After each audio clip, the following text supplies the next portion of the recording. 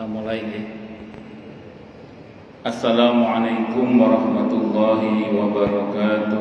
Waalaikumsalam warahmatullahi wabarakatuh. Bismillahirrahmanirrahim.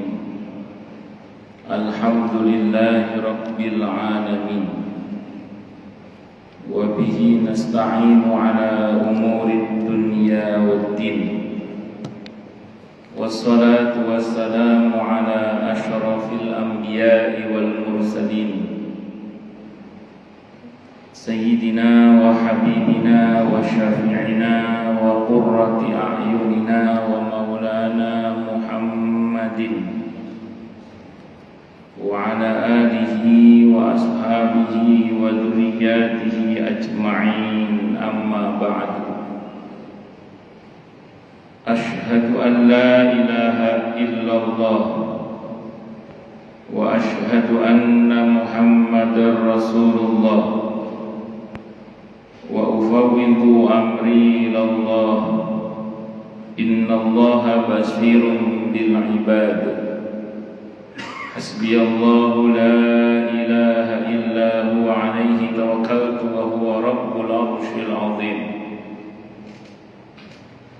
Qala Allah Ta'ala fi kitabihil karim hikayatan an nabiyillahi Musa alaihi salam. Rabbi shrah li sadri wa yassir li amri wahlul 'uqdatam min lisani yafqahu qawli. Para alim, para asatid, para asatidah, para bapak dan ibu serta adik-adik sekalian, hafizani wa hafizakumullah. Wabil khusus segenap pengurus Masjid Asy-Syuhada yang semoga pengurusnya dan jamaahnya, semoga semuanya saja selalu dalam naungan rahmat, barokah, perlindungan serta bimbingan Allah Subhanahu wa taala. Amin Allahumma amin insyaallah. Allahumma inna nas'aluka 'ilman nafi'an wa rizqan thayyiban wa 'amalan mutaqabbalan wa fatahallahu 'alaina futuhal 'arifin. Allahumma inna na'udzubika min 'ilmin la yanfa' wa 'amalin la yurfa' wa qalbin la yakhsha' wa du'a'i la yusma'. Allahumma ati anfusana taqwaha wa zakkiha anta khairu man zakkaha anta waliyuha wa maulaha. Amin Allahumma amin insyaallah. Masih melanjutkan kajian kita Kitab At-Tadhkirah karya Al-Imam Al-Qurtubi rahimahullah rahmatan wasi'ah wa rahimallahu ulama al-muslimin. Qala al-musannif rahimahullahu ta'ala wa nafa'ana bihi wa bi'ulumihi fid dharain amin. Bismillahirrahmanirrahim. Babun ay hada babun, ini bab menjelaskan tentang mata yartafi'u malakul mauti anil abdi. Mata mulai kapan yartafi'u meninggalkan siapa malakul mauti, malaikat maut, anil abdi seorang hamba.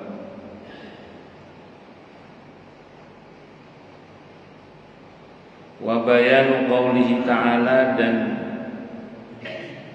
menerangkan pula tentang penjelasan firman Allah Ta'ala di surah Qaf ayat 21. Wa ja'at kullu nafsin ma'aha sa'iqun wa syahid.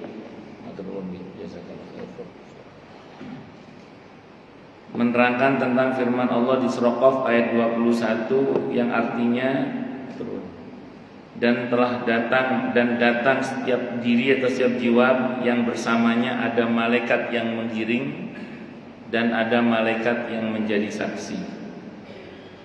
Wa qauluhu ta'ala, dan menjelaskan pula tentang firman Allah Ta'ala di surah Al-Insyiqaq ayat 19, latarkabunna tabaqan an tabaq. Pastilah kalian semua akan menjalaninya tahap demi tahap. Para jamaah sekalian, hafizani wa hafizakumullah, malaikat maut itu ada masa datangnya, ada masa perginya. Jadi malaikat maut itu ada masa datangnya, ada masa perginya. Datang ketika menjelang kematiannya, menjelang kematian seseorang, dan pergi setelah orang itu selesai dicabut nyawanya. Secara prinsip, kalau orang yang akan mati itu orang yang baik, SOP-nya malaikat mautnya wajib permisi terlebih dahulu. An-Nahl ayat 32. Alladzina tatawaffahumul malaikatu thayyibina yaquluna salamun alaikum. Jadi orang yang bertakwa itu adalah orang yang baik, yang diwafatkan oleh para malaikat utusan Allah dengan cara yang baik. SOP-nya wajib mengucap salam, permisi dulu. Itu kalau orang yang baik. Kalau orang yang jahat, malaikatnya nggak pakai permisi, dan bentuknya menyeramkan. Kalau yang tadi bentuknya indah, bagus, makanya dikatakan thayyibina yaquluna salamun alaikum. Dan dalam keadaan yang sangat baik bentuknya, SOP-nya wajib mengucap salam. Kalau orang yang jahat nggak pakai salam malaikatnya. Malaikat maut datang nggak pakai apa? Salam. Terus kalau untuk orang yang baik, proses pencabutan nyawanya secara umum lancar. Karena sebelum wafat sampai di kerongkongan roh itu ditunjukkan kepadanya tempat tinggalnya, yaitu surga. Al-Waqi'ah ayat 83 dan seterusnya. Falaula idza balagatil hulqum wa antum hina idzin tanzurun wa nahnu aqrabu ilaihi minkum walakin la tubsirun. Nah, ngelihat surga, begitu melihat surga, roh itu dengan senang hati mau keluar. Maka dibisiki oleh malaikat yang bagian berbisik, yang versi Ahmad redaksinya sesuai dengan, mirip dengan firman Allah dalam Al-Quran di surah Al-Fajr ayat 27 dan seterusnya. Ya ayyatuhan nafsul mutmainnah irji'i ila rabbiki radiyatan mardiyah. Sampai situ aja. Nanti fadkhuli fi ibadi wadkhuli jannati, nanti di mahsyar itu. Kalau kata Imam Al-Qurtubi di mahsyar. Itu begitu. Itu kalau dia orang yang baik. Nah, kalau orang yang jahat, dia ngelihat neraka. Karena ngelihat neraka, dia nggak mau keluar. Negosiasi dulu. Al-Munafiqun ayat 10 itu. Laula akhartani ila ajalin qarib fa asaddaqa wa akum minas solihin. Andaikan bisa ditunda kematian saya sebentar saja, saya mau sedekah dan menjadi hambamu yang soleh. Tapi di ayat 11 di surah Al-Munafiqun, di ayat 11-nya negosiasi ditolak oleh Allah. Karena ajal tidak bisa dinegosiasikan untuk dimajukan walaupun cuman, untuk diakhirkan walaupun cuman sesaat. Tidak bisa dinegosiasikan untuk diakhirkan walaupun cuman sesaat. Jadi harus mati tetap. Nah, masalahnya dia melihat neraka dan tidak mau keluar. Sementara ajal harus tepat waktu. Maka dipukul sama malaikat. Al-An'am ayat 93. Surah Muhammad surah ke-47 ayat 27. Dipukul sama malaikat, dipaksa untuk keluar. Na'udzubillahi minasyaitonir. Nah, diteriaki sama malaikat dengan teriakan, ya ayyatuhan nafsul khabithah. Hei jiwa yang busuk, dipaksa keluar. Itu hadisnya riwayat Ahmad, Abi Dawud, Ibnu Majah. Kata Imam Al-Qurtubi hadisnya sahih dari semua jalur periwayatannya. Bun. Itu setelah itu ya malaikat maut pergi wis. Itu diserahkan kepada malaikat yang mengawal dia sampai nanti proses barzahnya selesai.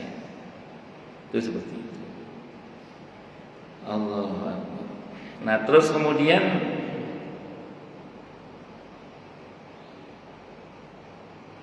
tadi ayat yang mengatakan di Al-Insyiqaq di surah Qaf ayat 21 tadi, wa ja'at kullu nafsin ma'aha sa'iqu wa syahid.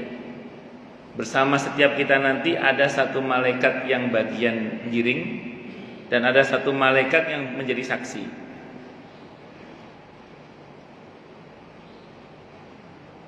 Secara prinsip setiap kita ini nanti akan dikumpulkan di satu tempat yang namanya mahsyar.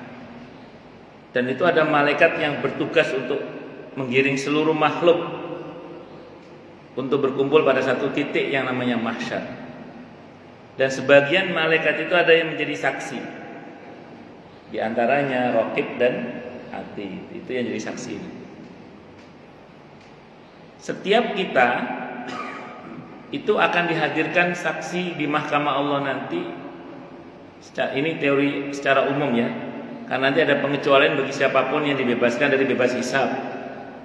Karena ada yang bebas hisab, bebas adab, ada yang dimudahkan dalam hisab. Semoga kita termasuk yang bebas adab, bebas hisab ya, amin Allahumma amin insyaallah. Tapi yang secara umum ini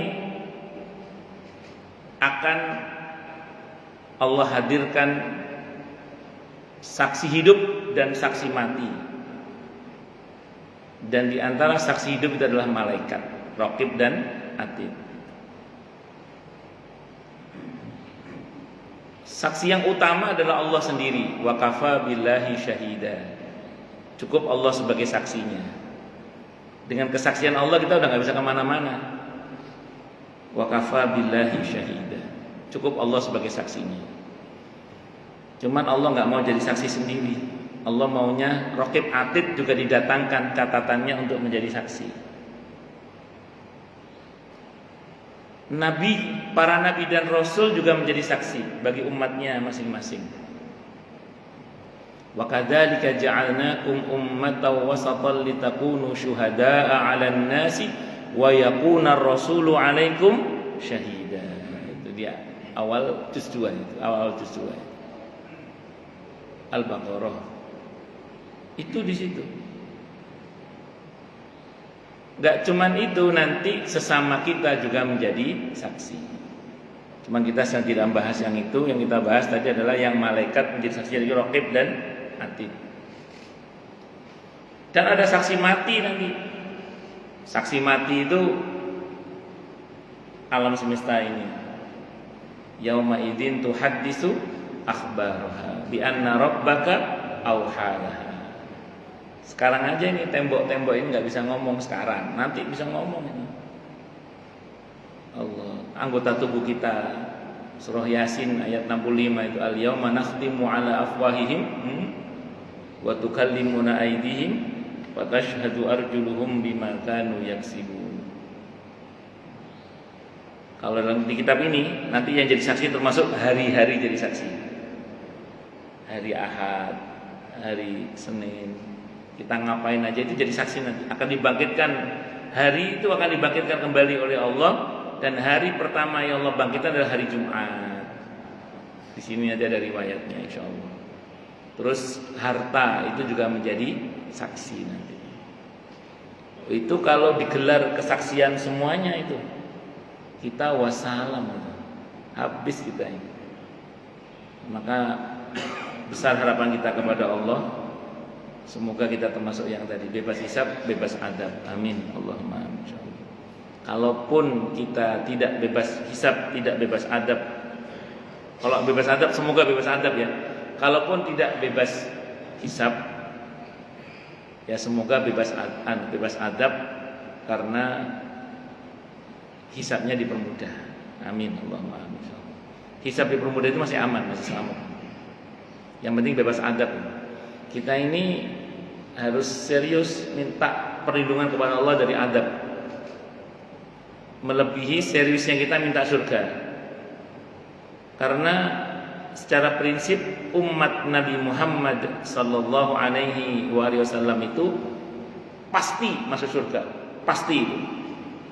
Asal kita diakui sebagai umat Nabi Muhammad sallallahu alaihi wasallam, setiap yang diakui sebagai umat Nabi Muhammad sallallahu alaihi wasallam pasti masuk surga, pasti. Hadisnya Bukhari, kullu ummati yadkhuluna jannata illa man aba. Setiap umatku pasti masuk surga kecuali yang enggak mau. Qalu man ya'ba ya Rasulullah. Siapa yang tidak mau wahai Rasulullah? Yang tidak mau adalah man ata'ani dakhalal jannah wa man asani fahuwa aba. Yang mau mentaatiku dialah yang mau masuk surga, yang mendurhakaiku dialah yang tidak mau masuk surga. Dan Nabi itu ketika ditanya tentang apa yang akan kamu minta wahai Nabi, Nabi sibuk mengatakan ummati, ummati, umatku, umatku. Nabi ingin agar umatnya seluruhnya masuk surga. Dan Allah berjanji, wala saufa yu'tika rabbuka fatarda. Itu janji Allah pada Nabi Muhammad SAW. Nabi itu keinginannya seluruh umatnya masuk surga. Dan Allah sudah janji, wala saufa yu'tika rabbuka fatarda. Pasti Muhammad, pasti wahai Nabi, apa yang kamu inginkan akan diberi oleh Allah sampai kamu merasa puas. Dan Nabi itu akan merasa puas kalau umatnya seluruhnya masuk surga. Cuman kita ini tidak dijamin bebas dari siksa neraka. Itu masalahnya. Dijamin pasti masuk surga, cuman tidak dijamin bebas dari api neraka. Maka ada sebagian yang mampir dulu, dibakar dulu. Nah, semoga kita tidak termasuk yang itu. Amin insyaallah. Semoga kita termasuk yang Allah masukkan dalam surganya tanpa hisab, tanpa adab. Makanya kata para ulama, berdoa minta perlindungan dari neraka itu harusnya lebih serius daripada sekedar minta surga. Kenapa? Karena setiap umat Nabi Muhammad sallallahu alaihi wasallam pasti masuk surga. Tapi tidak semua umat Nabi Muhammad sallallahu alaihi wasallam itu bebas dari api neraka. Makanya harus serius minta waqina adzabannar, itu yang serius. Allahumma ajirni minan nar, itu yang serius. Karena tidak semua kita dijamin bebas dari api neraka. Semoga kita semua min ashabil jannah. Amin. Allahumma amin. Dan nanti ada penjelasan pula tentang firman Allah di surah Al-Insyiqaq.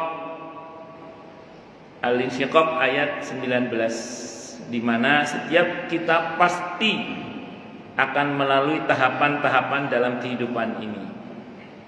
Kehidupan ini seperti ibadah haji atau ibadah umroh. Sekali dimulai tidak bisa berhenti sampai tahallul, sampai selesai. Jadi kehidupan ini seperti haji atau umroh, sekali dimulai tidak bisa berhenti.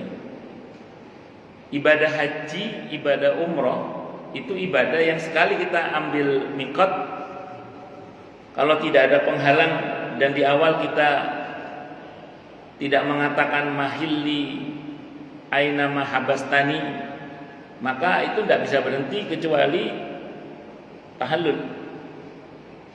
Bahkan mati saja tidak berhenti itu haji dan umroh. Makanya mereka dimakamkan kalau dalam keadaan ihram, dalam keadaan kepala terbuka.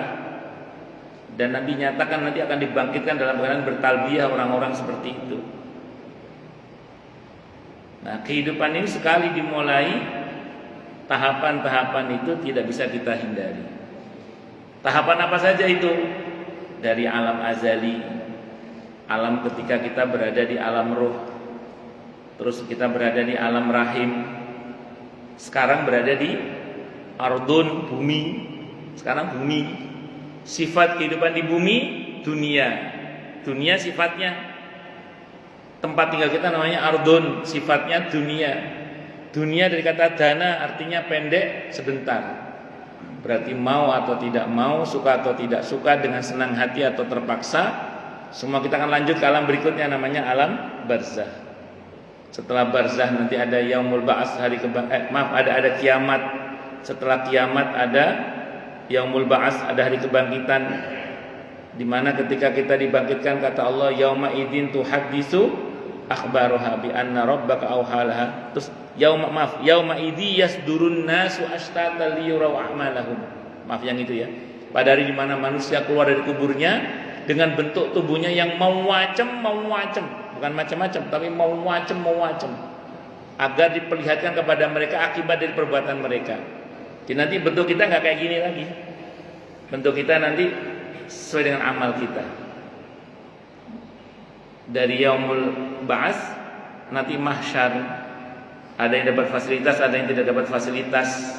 Nanti setelah mahsyar ada pembagian rapot, setelah pembagian rapot ada hisab, setelah hisab ada mizan, setelah mizan ada sirat, terakhir surga neraka. Tahapan ini setiap kita pasti akan melalui. Tobakon an tobak, tahap demi tahap. Mau atau tidak mau, suka atau tidak suka, percaya atau tidak percaya, akan dijalani semua itu. Maka kalau kita lihat perjalanan kita ke depan tuh ternyata masih lebih banyak lagi tahapannya dibanding ke belakang. Kalau ke belakang ada alam rahim, ada alam azali. Kedepannya alam barzah, kiamat, yaumul ba'ats, mahsyar, ada pembagian rapot, buku catatan amal itu, ada hisab, ada mizan, ada sirat, terakhir baru surga neraka. Semoga untuk kita surga tanpa neraka ya, amin. Allahumma amin. Insyaallah. Mudah-mudahan. Kita sengaja ngaji sambil banyak doa ini, karena kan kalau membahas masalah rahmat kita suruh berharap rahmat, kalau bicara adab kita berlindung kepada Allah dari adab. Abu Nuaim menyebutkan suatu hadis, meriwayatkan sebuah hadis an Abi Ja'far, dari Abi Ja'far namanya Muhammad ibn Ali rahimahullah, an Jabirin, dari Jabir radhiyallahu anhu, qala, beliau berkata, sami'tu, aku mendengar Rasulullah sallallahu alaihi wasallam yaqulu, beliau bersabda, au kama qala, inna ibna adam la fi ghaflatin amma khalaqahu Allah azza wa jalla. Sesungguhnya anak Adam pastilah dalam kelalaian atau lupa dari apa yang telah Allah ciptakan untuknya. Innallaha, sesungguhnya Allah, la ilaha ghairuh, tidak ada sesembahan yang hak kecuali, tidak ada sesembahan yang hak selain Dia Allah. Idza arada khalqahu, apabila Allah berkehendak untuk, idza arada khalaqahu, apabila Allah berkehendak untuk menciptakan hamba tersebut, qala, Allah berfirman, lil malakil mauti, kepada malaikat, lil malaki, kepada satu malaikat. Apa kata Allah pada malaikat itu? Uktub rizqahu wa asarahu wa ajalahu. Catat untuknya rizkinya, asarnya, jejaknya, wa ajalahu, dan ajalnya. Waktub syaqiyan au sa'idan, catat untuknya apakah dia termasuk orang yang menderita atau orang yang bahagia, orang yang celaka atau orang yang bahagia. Summa yartafi'u dzalikal malak, kemudian malaikat itu pun pergi. Wa yab'atsullahu malakan akhara, maka Allah mengutus malaikat yang lain. Fa yahfaduhu hatta yadraka. Baik, saya mau terangkan dulu ya. Kalau Allah menghendaki penciptaan atas seseorang, maka Allah akan berkata kepada malaikat yang ditugaskan agar mencatat rizkinya, jejaknya, ajalnya, sedih dan bahagianya, dan seterusnya. Rinciannya kalau dalam kitab ini diterangkan begini, al-kamakal ya. Hadisnya Bukhari Muslim. Ketika janin berada di rahim berusia 40 kali 3, berarti 120 hari ya. 40 kali 3. Allah utus malaikat yang tadi itu, untuk meniupkan roh kepadanya. Tapi sebelum meniupkan roh itu ada penjelasan begini, kata para ulama. Di kitab ini diterangkan, ada riwayat begini.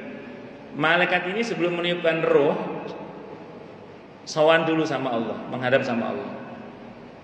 Malaikat itu nanya, mukhallaqatin am ghairu mukhallaqatin. Kalau di surah Al-Hajj ayat 5, mukhallaqatin wa ghairu mukhallaqatin.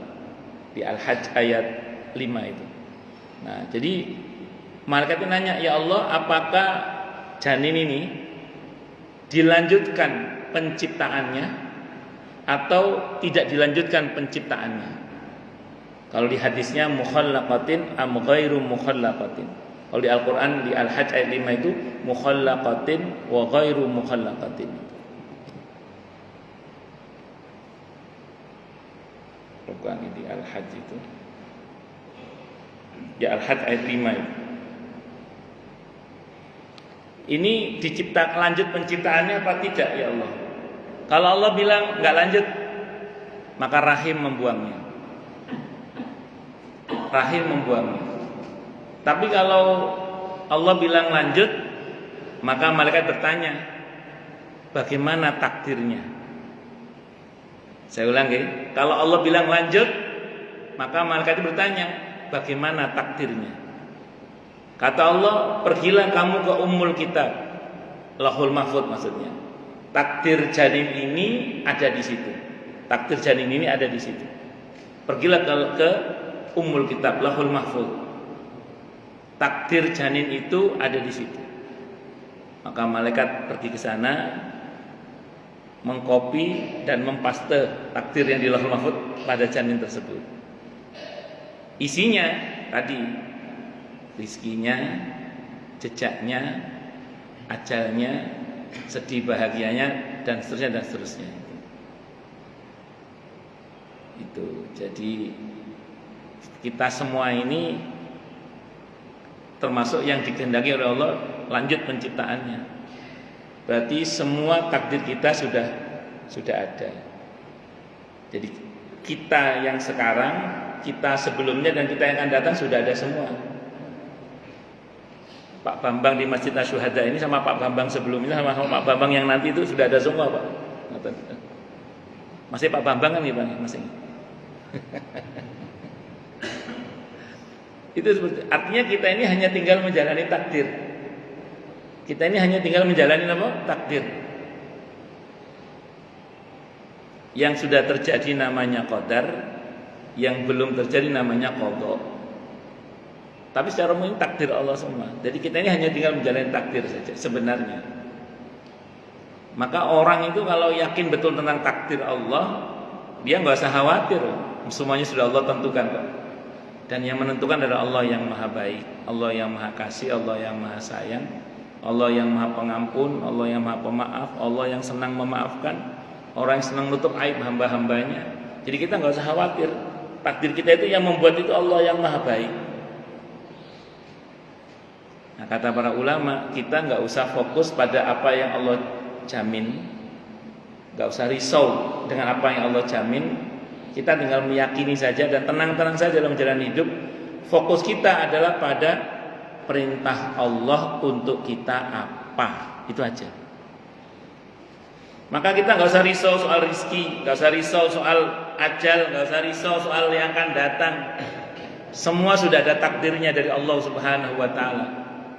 Yang patut kita fokuskan sekarang adalah perintah Allah untuk kita apa.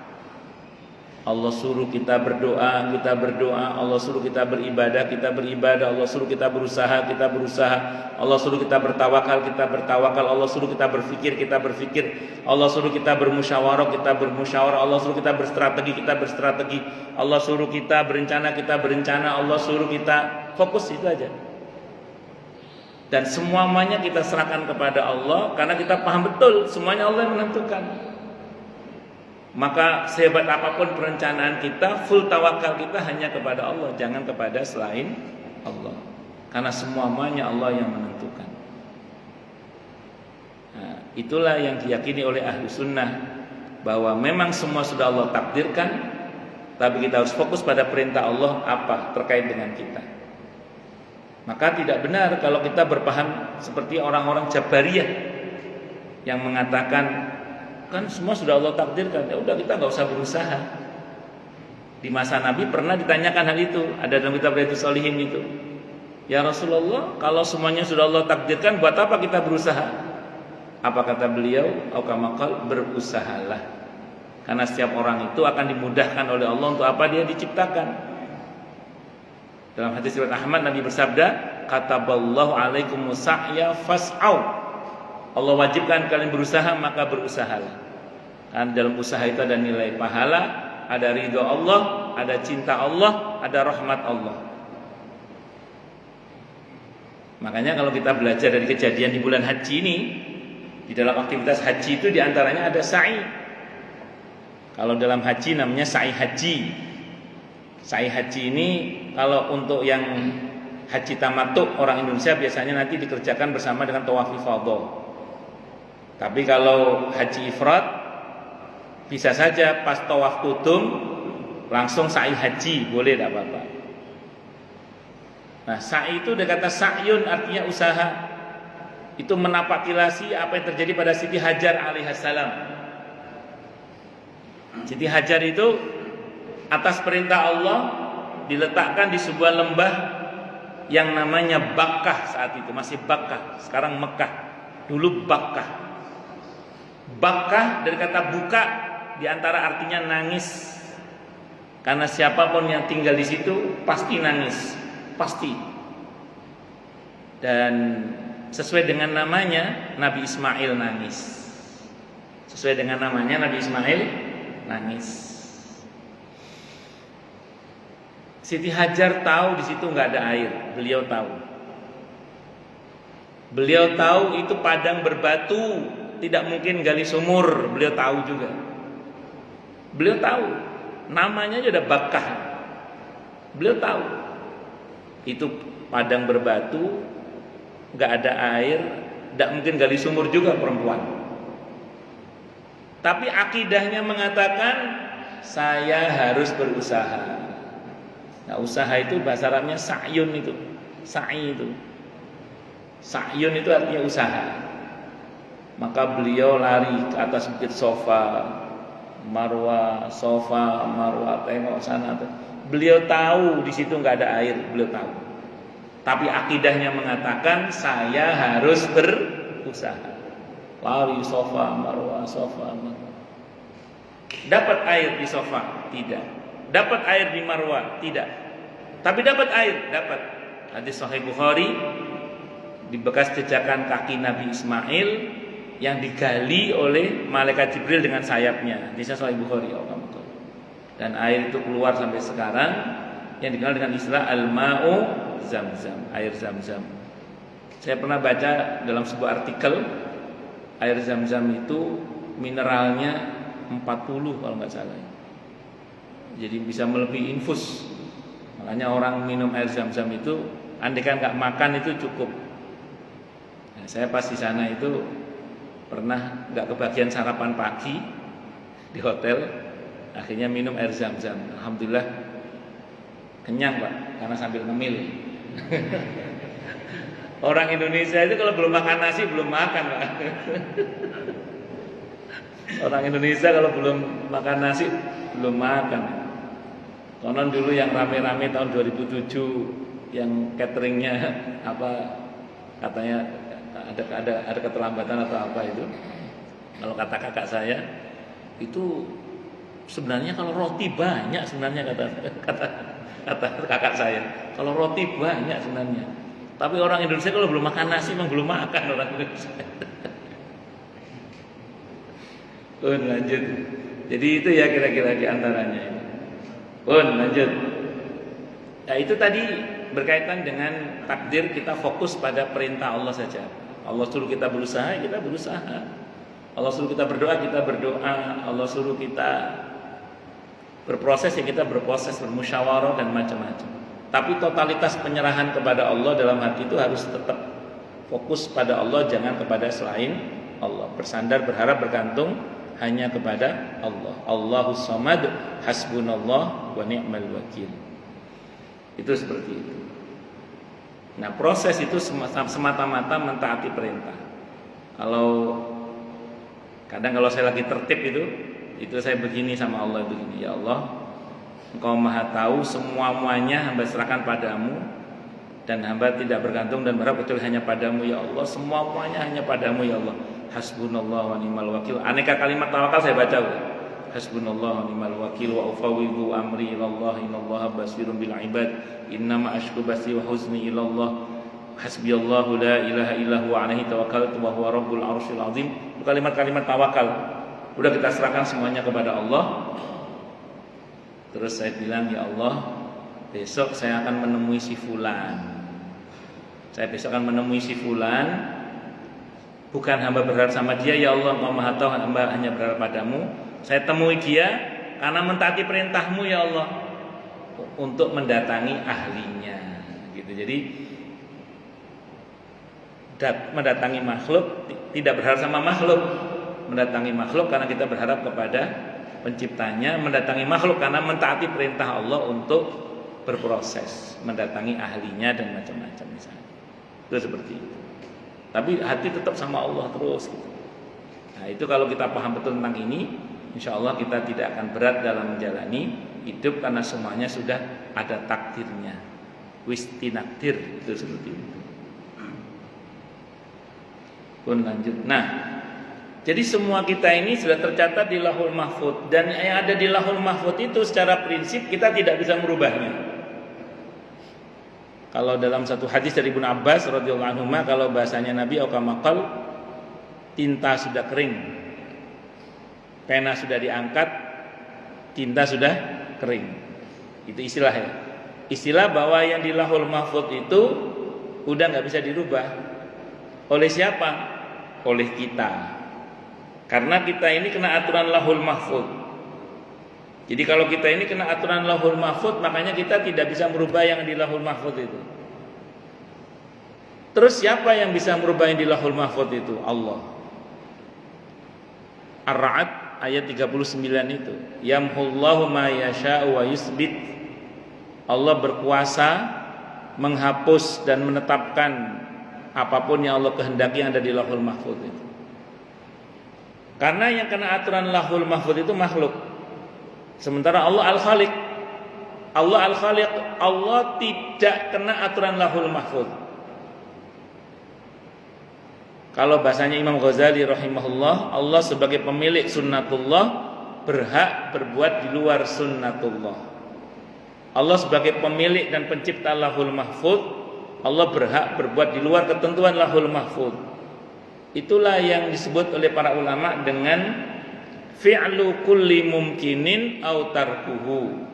Allah berkuasa berbuat apa saja yang mungkin atau meninggalkannya. Itulah makna innallaha ala kulli syai'in qadir.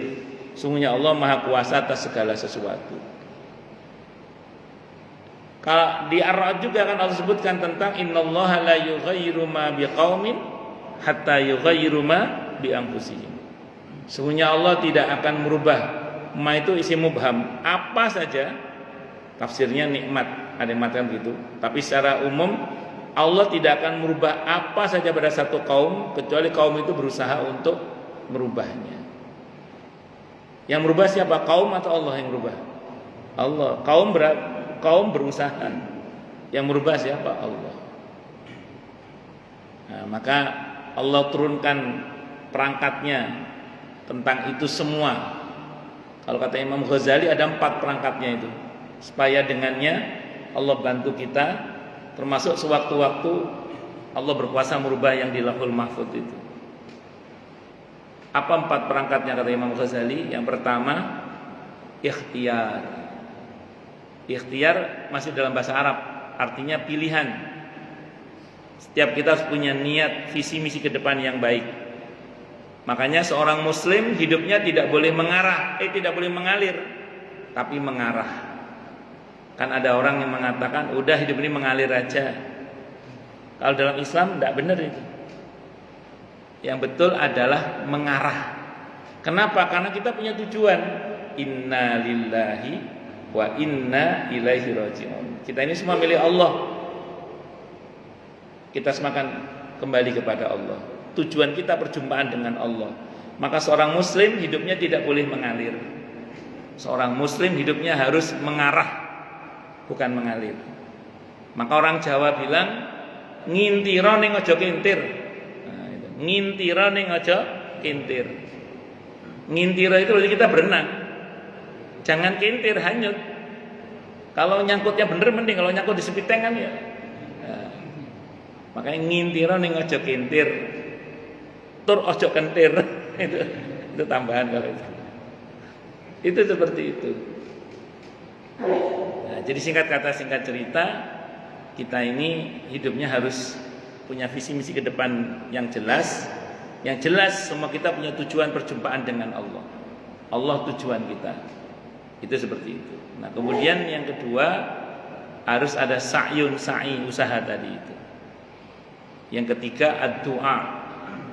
Nah, doa ini dalam sebuah hadis riwayat At-Tirmidzi, Nabi bersabda, la yaruddul qada'a wal qadara illa ad-du'a. Tidak ada yang bisa menolak ketentuan Allah yang belum dan yang sudah terjadi kecuali doa. Kalau yang belum terjadi kita tidak tahu lah ya, yang belum terjadi. Yang sudah terjadi apa contohnya yang Allah rubah, Ustaz? Saya sering contohkan di Al-Quran misalnya kisah Nabi Yunus alaihissalam. Di Al-Quran Allah secara eksplisit menceritakan ketika Nabi Yunus ditelan oleh ikan itu, Allah menegaskan kurang lebih maknanya, kalaulah dia Yunus bukanlah orang yang biasa bertasbih sebelumnya, pastilah dia akan tinggal di perut ikan itu sampai hari kiamat.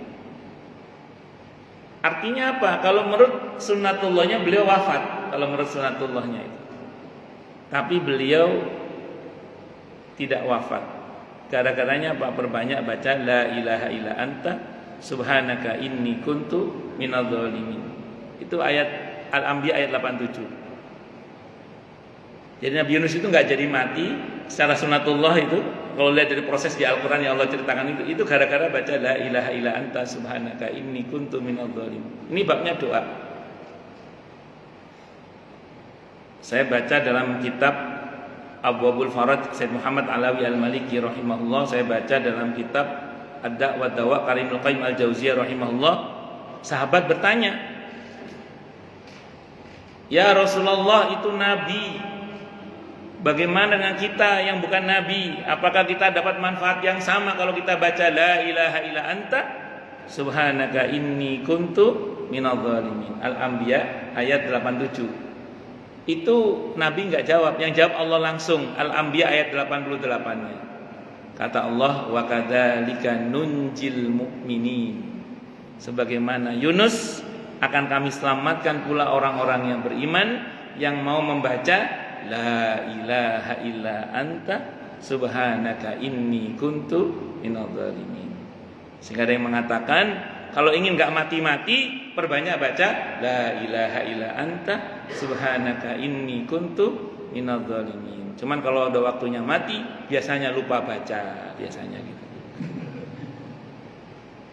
Buatan ini usaha, kan namanya juga usaha kan, la ilaha illa anta subhanaka inni kuntu minadz dzalimin. Itu seperti itu.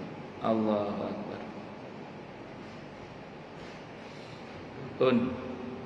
Nah, terus setelah itu apalagi contohnya kalau dalam Al-Quran yang nyata-nyata sudah terjadi tapi Allah rubah? Kisah Nabi Ibrahim alaihissalam, Nabi Zakaria alaihissalam yang minta keturunan sampai istrinya menopause. Justru saat istrinya menopause malah Allah kabulkan. Kalau menurut teori kan sudah menopause nggak mungkin punya anak, tapi justru Allah kabulkan di saat menurut manusia tidak mungkin itu. Nah, itu kalau Allah berkehendak itu begitu memang. Makanya saya ulang, jangan pesimis dengan doa.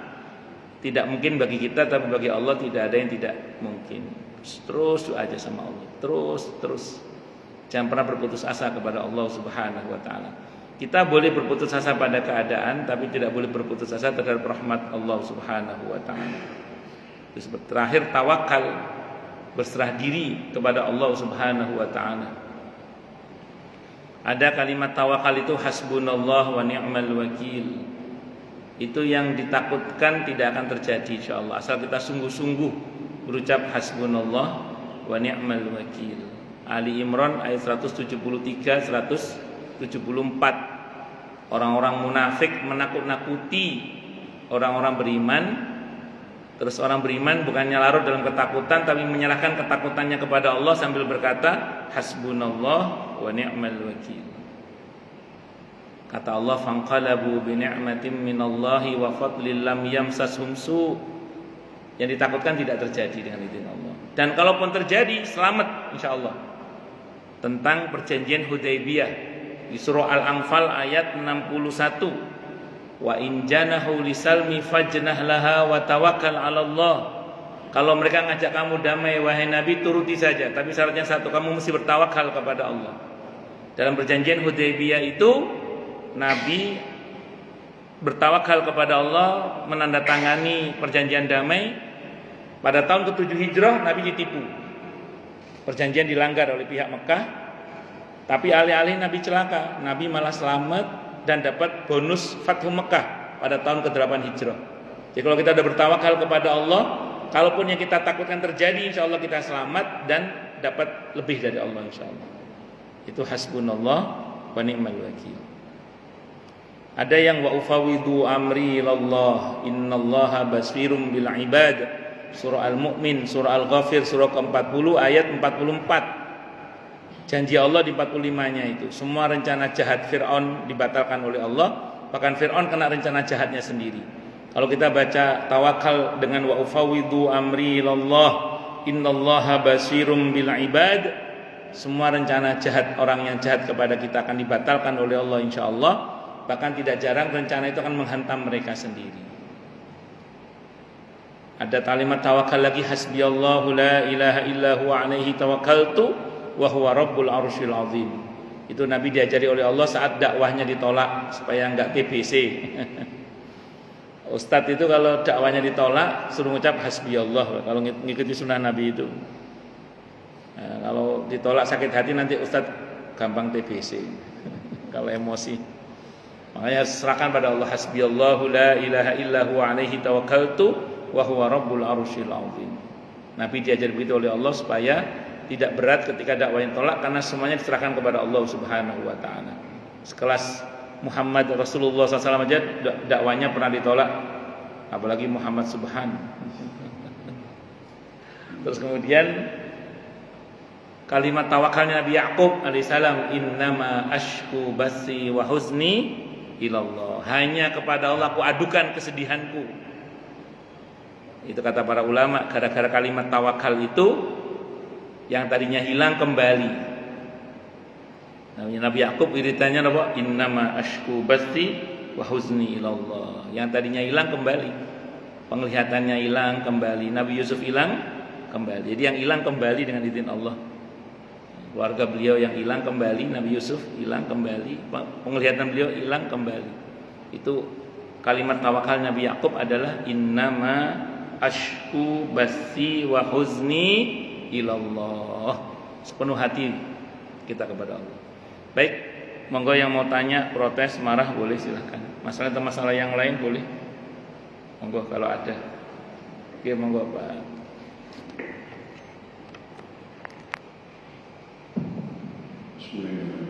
Assalamualaikum warahmatullahi wabarakatuh. Waalaikumsalam warahmatullahi wabarakatuh. Ustaz, ada beberapa pertanyaan yang ingin saya sampaikan. Yang pertama terkait di timbangan lisan nanti, Ustaz. Okay.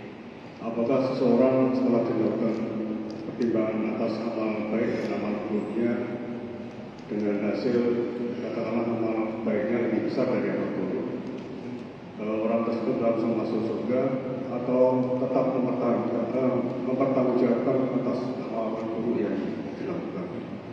Yang pertama. Kemudian amal-amal soleh apa yang bisa memperberat amal kebaikan kita, amal soleh apa yang utama? Dan yang ketiga terkait dengan sirat, amal-amal soleh apa yang bisa meringankan atau memperlancar kita dalam perjalanan kita di sini? Terima kasih. Waalaikumsalam warahmatullahi wabarakatuh. Secara prinsip dulu nggih. Fa amma man thaqulat mawazinuhu fa huwa fi 'ishatir radiyah wa amma man khaffat mawazinuhu fa ummuhu hawiyah. Itu rumusnya dulu. Asal kebaikannya lebih berat langsung masuk surga. Asal keburukannya lebih berat, kalau pakai teori ayat ini, langsung masuk neraka. Ini teori dasarnya dulu. Sekarang kita bicara penjelasan lebih umum, lebih detail lagi misalnya. Kenapa kok kalau timbangan kebaikan lebih berat langsung masuk surga? Ini rumus ya. Surah Hud ayat 114. Innal hasanati yudhibna sayyi'at dzalika dzikra lidzakirin. Sesungguhnya kebaikan-kebaikan itu bisa menghapus keburukan-keburukan.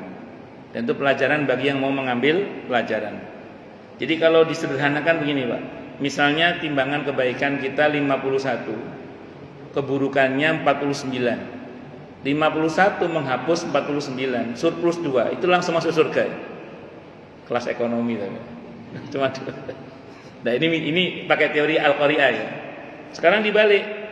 Keburukannya 51, keburukannya 40, kebaikannya 49. 49 menghapus 51 minus 2. Kalau pakai teori Al-Qari'ah tadi, minus 2 ini nggak bisa masuk surga. Mesti dipertanggungjawabkan dulu. Itu teori dasarnya. Tapi bersyukurlah pada Allah, Nabi tidak begitu menjelaskannya, Pak. Nabi menjelaskan tentang teori syafaat. Dalam hadis, beberapa hadis yang sahih disebutkan, cari amalan-amalan sunnahnya. Sampai sini ada yang menang, tapi ada yang masih kalah juga, Pak. Di sini nanti kita akan ketemu pembahasannya di sini nanti kita itu, insya Allah.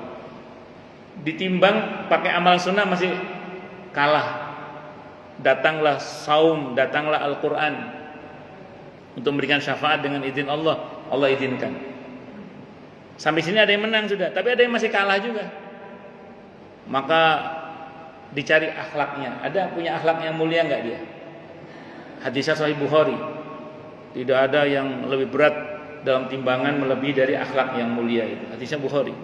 Kalau dia hidupnya berakhlak, selama ini santun, baik, hubungannya dengan Allah, dengan sesama dia baik, santun, bagus, berakhlak, mulutnya terjaga, tangannya terjaga, sikapnya terjaga, santun, baik, akhlaknya tinggi, bagus, berat itu, Pak. Sampai sini ada yang menang sudah. Tapi di kitab ini ada yang masih kalah juga, Pak. Berarti akhlaknya agak bermasalah. Terakhir. Kalau punya ini pasti menang sudah. Kalau punya ini, satu ini. Kalau punya satu ini pasti menang sudah. Hadisnya sahih itu. Ada dalam khulasatul hadis qudsi, ada di sini nanti ada kita bahas insyaallah. Apa itu namanya? Bitokoh. Bitokoh itu apa? Kartu. Kartu apa? Kartu la ilaha illallah. Kalau bapak saya kita punya ini pasti menang. Pasti sudah itu di mizan. Kalau punya satu ini namanya bitokoh, kartu la ilaha illallah. Cuma ulama beda pendapat. Yang punya kartu la ilaha illallah itu siapa? Nah, secara umum penjelasannya adalah orang yang memang rajin zikir la ilaha illallah sepenuh hati dan diamalkan dalam kehidupan sehari-hari. Maka orang yang rajin zikir la ilaha illallah, karena itu afdhalul dzikri la ilaha illallah, ditancapkan dalam hati dengan keyakinan penuh bahwa tidak ada Tuhan selain Allah, karena selain Allah bukan Tuhan. Terus kemudian tidak ada diyakini dengan sepenuh hati bahwa tidak ada yang bisa menolong saya kecuali Allah, tidak ada yang bisa membantu saya kecuali Allah, tidak ada yang bisa menjamin rezeki saya kecuali Allah, tidak ada yang bisa menyelesaikan masalah saya kecuali Allah. Allah isbat, Allah menafikan makhluk. Dibuktikan dalam kehidupan sehari-hari dengan tidak bergantung, tidak berharap kecuali hanya kepada Allah. Nah, kalau kita betul-betul konsisten seperti itu, insya Allah, Pak, kita akan punya bitokoh itu. Nah, bitokoh itu kalau sampai kita punya, semoga kita punya bitokoh itu, pasti menang sudah di mizan itu. Asal kita punya bitokoh la ilaha illallah. Itu satu dulu. Terus tadi mizan. Di kitab ini ada beberapa amalan yang bisa membuat kita insya Allah selamat dalam melintasi sirat. Oh, mizan apa? Jadi mizan ya? Ini sirat. Secara prinsip dulu, ini saya bicara prinsip dulu ya. Nanti orang ketika melintasi sirat ada yang seperti kilat menyambar, set. Ini pasti selamat tuh deh. Ada yang seperti burung terbang, selamat juga ini. Ada yang seperti orang berlari, ini juga masih selamat. Ada yang berjalan biasa, ini masih selamat juga. Ada yang sambil ngesot, ini dibagi dua. Ada yang selamat jajal-jual tapi selamat, ada yang terjatuh macam-macam. Nah, level kecepatan melintasi sirat itu erat hubungannya dengan kecepatan kita dalam mereaksi perintah Allah. Jadi kalau ada perintah Allah kita sat-set mensegerakan gitu maksudnya, tidak minyi-minyi. Nah, itu sangat menentukan kecepatan kita dalam melintasi sirat nanti. Itu diantara. Itu yang Allah sebut dengan di surah Fatir ayat 32 tentang orang yang sabiqun bil khairati biidznillah. Kan ada muktasid, ada zalimul nafsi, ada muktasid, ada sabiqun bil khairati biidznillah. Fatir ayat 32 itu. Nah, jadi ada orang yang zalim pada dirinya sendiri, ada yang pas-pasan, ada yang berlomba-lomba dalam kebaikan dengan izin Allah. Abu Bakar As-Siddiq radhiyallahu anhu itu kenapa sampai digelari As-Siddiq? Itu karena beliau itu seringkali cepat dan tepat dalam berbuat kebaikan. Kalau secara amalia beliau sama aja dengan sahabat yang lain kata para ulama. Tapi beliau orang sangat cepat sehingga pernah di suatu pagi Nabi bertanya, siapa yang hari ini sudah bersedekah, siapa yang hari ini sudah berzikir, siapa yang hari ini sudah membantu sesama, siapa itu semua pertanyaan Nabi, Abu Bakar angkat tangan semua. Masih pagi itu Abu Bakar udah angkat tangan semua. Dan yang lebih cepat dari Abu Bakar adalah Rasulullah Muhammad SAW. Apa kata para sahabat? Tidaklah kami melihat ada satu musibah ketika kami datang, ternyata Nabi sudah di situ. Ada masalah kita datang, Nabi sudah di situ. Tapi lebih cepat lagi, Pak.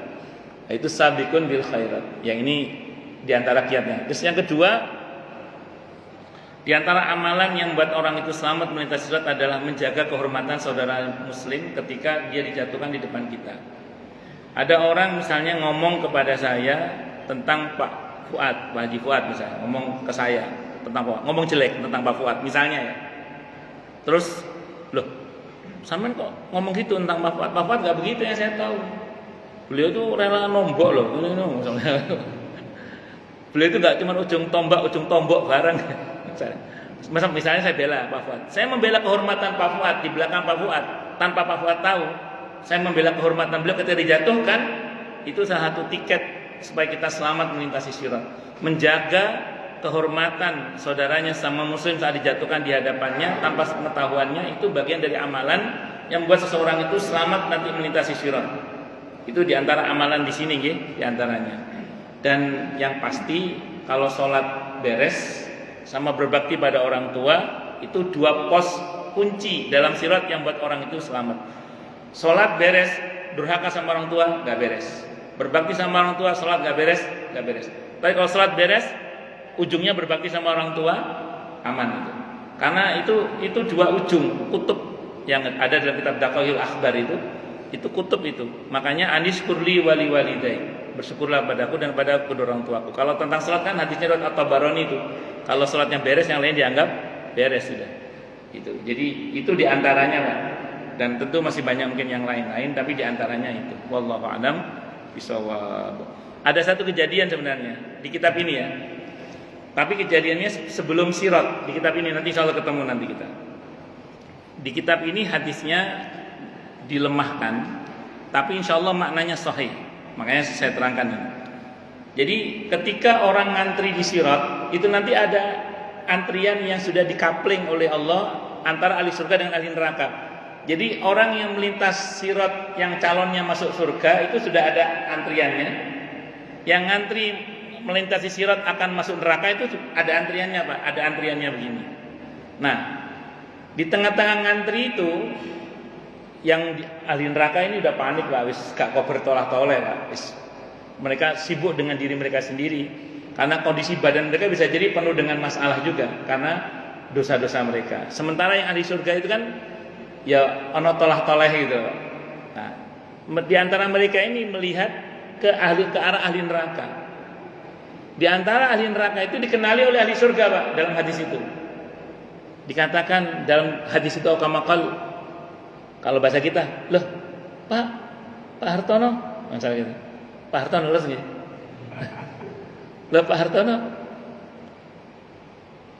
kenal saya enggak, Pak? Kata orang itu. Ini Pak Hartono yang lain lah. Mau masuk neraka kan bingung. Kamu siapa? Saya, Pak, yang dulu pernah Bapak bantu. Dulu saya kan ngaji. Kan dulu Bapak yang bantu saya ngaji itu dulu. Dulu kan Bapak yang pernah ngasih saya mushaf Al-Quran. Bapak dulu kan yang bantu dakwah saya. bapak yang dulu rupanya ini orang ahli surga ini dulu banyak dibantu oleh orang ini. Lihat doa orang ini, ya Allah, orang ini banyak bantu saya, tolong ya Allah masukkan surga dia bersama dengan saya. Itu teori syafaat, nanti di sini ada ketemu kita. Akhirnya Allah pindah orang itu dan izin Allah pindah ke barisan ahli surga bersama orang tadi itu. Kenapa saya katakan riwayat ini sahih? Maknanya maksud saya, maknanya sahih. Ada sebuah hadis sahih riwayat At-Tirmidzi. Hadisnya berbunyi at-tajirus saduqul amin ma'an nabiyyina wasiddiqina wasyuhada. Orang yang kaya, yang banyak bersedekah membantu kebaikan itu dan lagi dapat dipercaya, amin itu maksudnya. Maka dia akan masuk surga bersama para nabi, para siddiqin, para syuhada.